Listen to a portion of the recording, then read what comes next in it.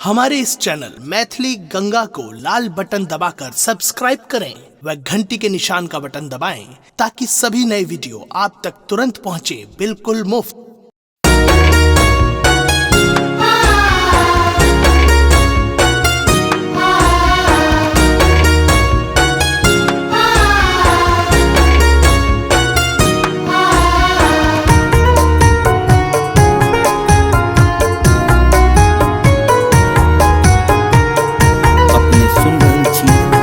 गंगा कैसे जोरे जोरे नारियल छठी मैया घाट पर बरती चढ़ाबई। जोरे जोरे नारियल छठी मैया घाट पर बरती चढ़ाबई।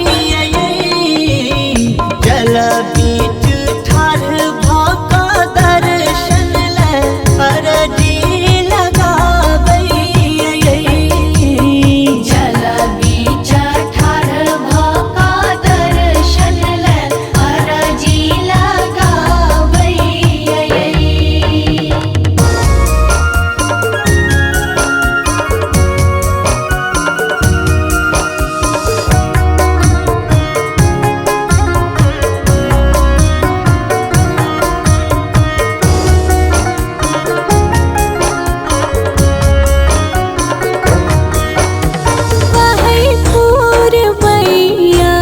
शीतल अछि पनिया सब सा पावन अछि छठ के पूजनिया।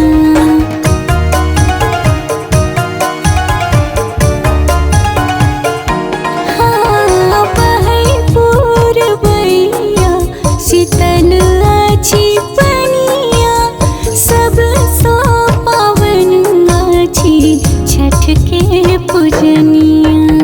जोरे जोरे सुपात्री छठी मैया घाट पर बरती चढ़ाबई। जल बीच ठाढ़ भऽ